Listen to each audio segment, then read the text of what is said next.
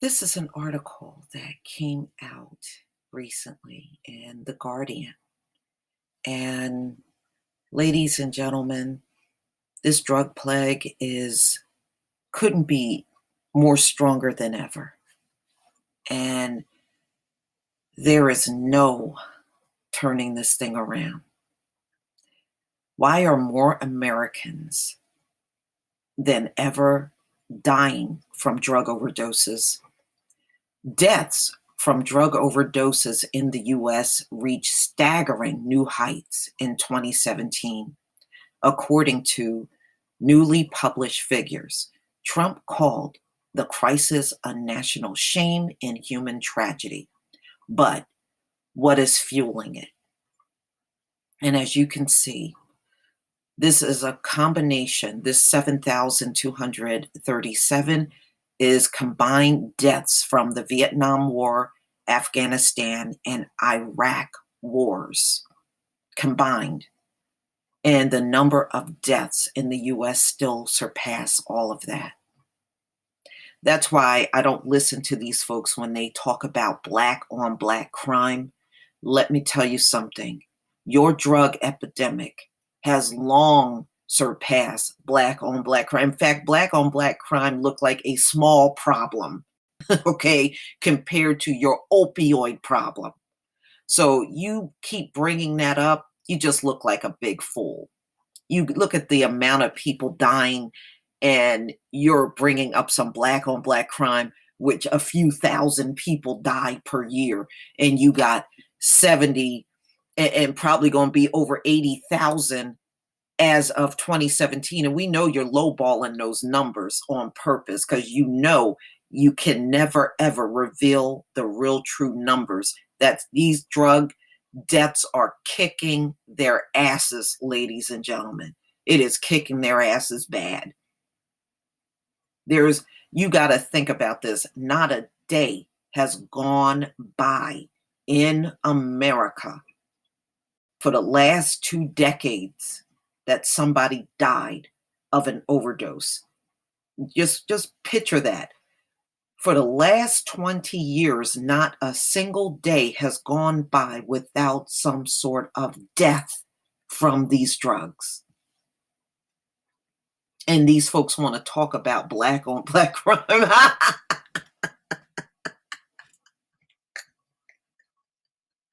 Woo, man.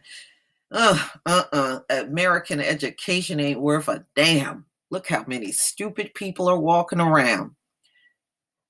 The growing drug crisis sweeping across the US is deadlier than gun violence, car crashes, or AIDS, none of which have killed as many Americans in a single year as overdoses did in 2017.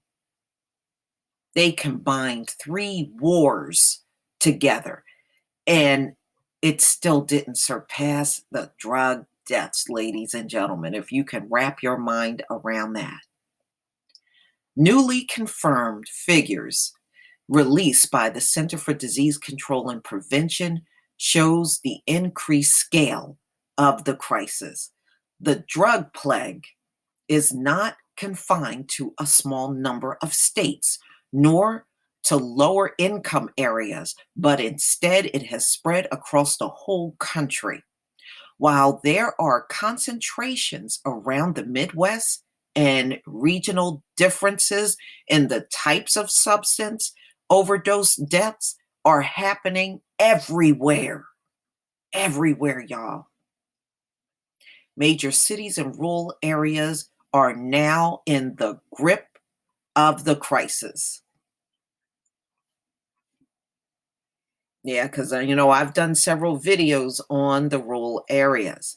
Now, the red is showing the most overdose from heroin and synthetic opioids. That's the red on the map. The blue, most overdose from prescription opioids. It's the blue. And the yellow on the map, most overdoses from other substances. So I'm taking that's probably things like meth, the cocaine mixed with fentanyl, All of that is taking people out of here now. You see, Northern California, a lot of them are dying from prescription opioids, methamphetamines in Las Vegas, other substances in many areas. Chicago, heroin, synthetic opioids, urban areas, heroin, synthetic opioids. New York, a variety of different drugs. In rural areas, overdoses from prescription opioids are more common. Wow. Woo. So they are saying there is no place in America that has not been hit by this drug plague. Ladies and gentlemen, they are never getting this under control. Do you know how severe that is? Your country, every single state hit with overdoses. See, now you can understand why they're calling it a public health issue because, ladies and gentlemen, they know they can't control this thing.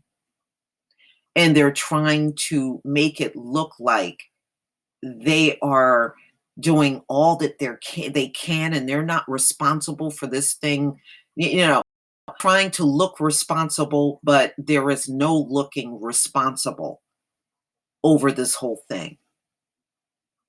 Okay? The reason why this is going on in America is because your doctors were just handing these drugs out like candy. And then you haven't done anything. Your DEA hasn't done anything to stop the flow of drugs coming into the US.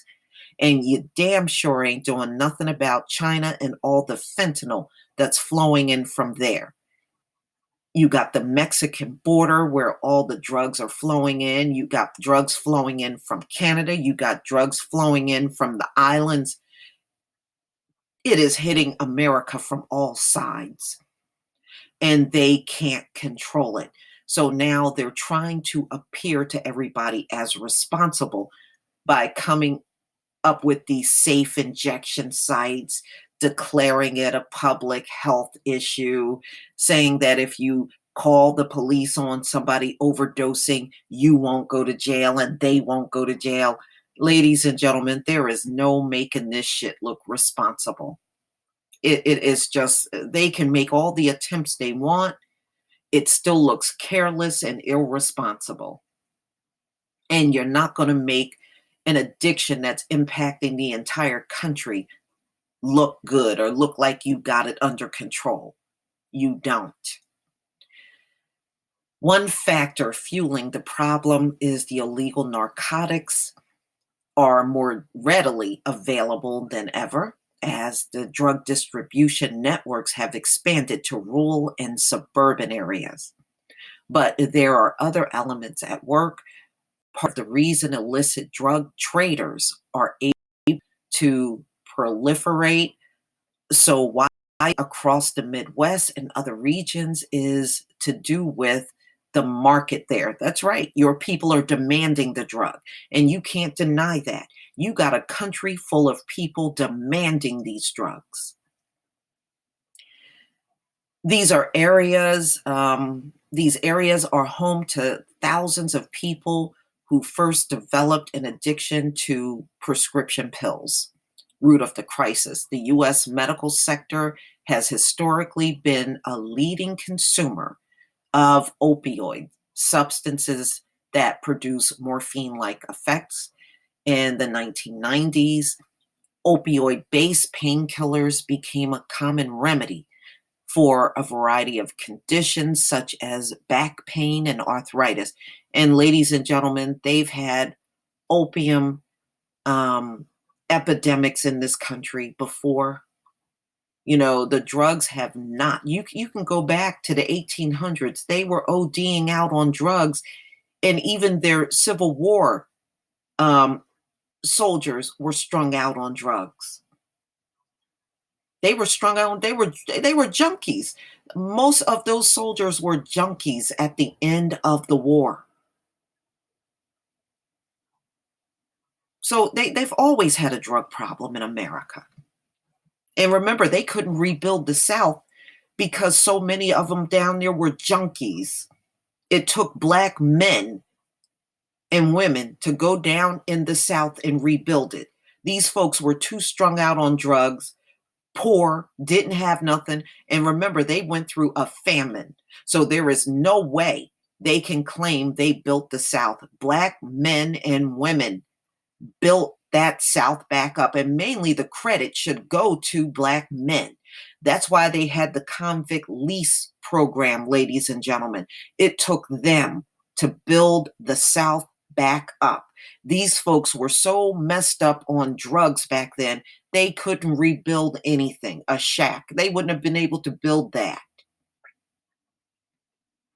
Pharmaceutical companies aggressively lobbied doctors to prescribe new formulation such as OxyContin, which they claim could provide effective pain relief with no real addiction risk, even to long-term patients. Do you know, back then I was teaching school and I had a student on OxyContin. He told me he was taking it because he was having a hip replacement.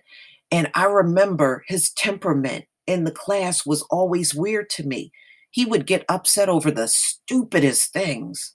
And now I know why he was doing it. His ass was strung out on these damn OxyContin drugs. Now I know why. Okay, the US medical sector ranks second in the world for opioid use. That doesn't make any sense. So, out of the entire world, you had wow, that is a disgrace. And you can see you had the US back in the 80s with there's a little bit of opioid use, then the 90s, and then you just see it is exploding. And they take more opioids than the UK, Germany, Austria, Canada, everybody. As a result, the medical opioid consumption more than tripled, soaring far beyond levels seen in other countries. Today, the US medical sector ranks second in the world for opioid use behind Canada. That doesn't make any sense. Oh my goodness. So it's all in North America, ladies and gentlemen. What difference does it make if it's Canada or the US? You're all still part of North America, which is struggling with its own opioid plague. We know Canada is struggling too, and they got the legal, safe injection sites up there, ladies and gentlemen. Frontline services battling the opioid plague, identifying prescription opioids as a key factor underpinning the crisis. Okay, so Tiffany Lombardo, Director of Addiction Services at the local mental health board in Butler County, Ohio, which Ohio has been really doing bad with drugs. There was high access in terms of doctors prescribing opiates, and us as a society not having a clear picture of what the impact of would be long term. But I thought y'all had high IQs. If you got a high IQ, you should have been able to afford a high IQ, right? So how did you let this happen under your watch, high IQ? Across the state border in Pennsylvania, Tim Phillips, who head a drug overdose task force, also suggests availability have been a key driver. A lot of it has been derision from folks who were just selling a surplus, overprescribing the pharmaceutical, things like that. That sound like a bunch of excuses.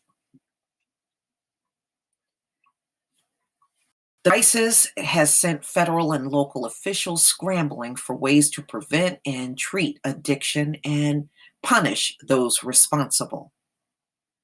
And ladies and gentlemen, they don't even punish those. We had a case maybe a year ago here in New Jersey where this guy was dealing these drugs. And you know what the courts did?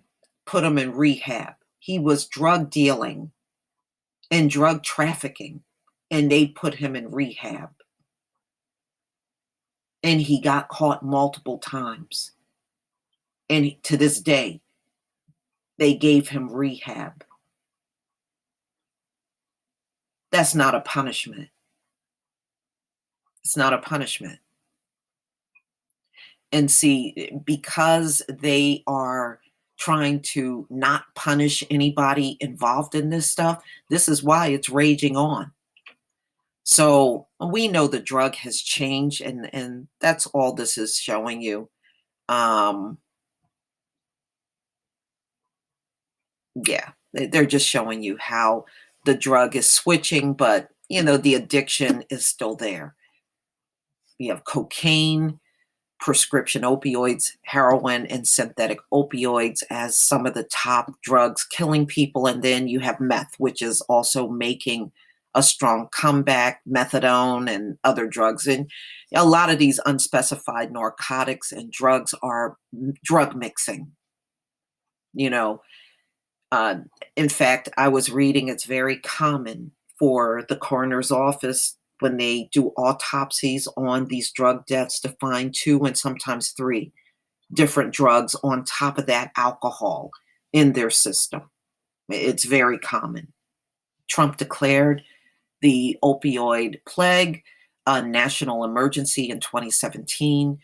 A year later, he signed a bill to promote the development of non-addictive pain meds. And remember, he put no money behind this. He's telling all of the states to use grant money. While some local services express gratitude for the federal resources, there is also a call for a greater emphasis on the broader issues of addiction. We appreciate the money and the focus on the opioid plague, but you can't silo substance abuse. You've got to see what the trends are. It's got to evolve with you.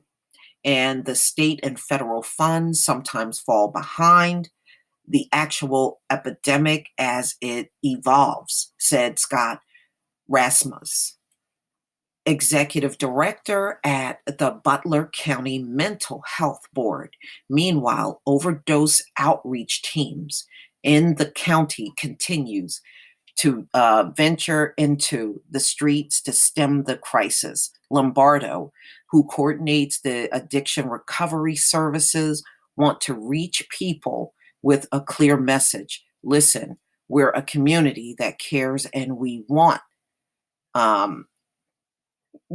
make sure, that's what it says, and we want make sure that people get the help they need so they don't end up as a statistics. Well, that's really nice. That's really nice, ladies and gentlemen. So they coddle their drug addicts. And ladies and gentlemen, this is the reason why their addiction will never go away. And it ain't going to go away anyway. How do you control a country full of people addicted to a variety of different drugs? Look at this map, y'all. This is showing you there is no part of the country not affected by these drugs.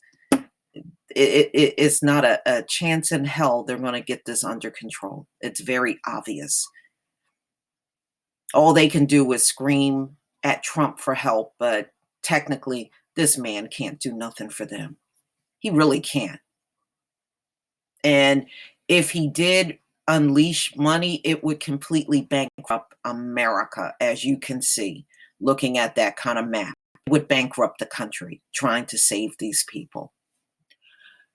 Please leave your comment and subscribe. Don't forget to hit on the notification bell, and I'll see you on the next video. Peace, family.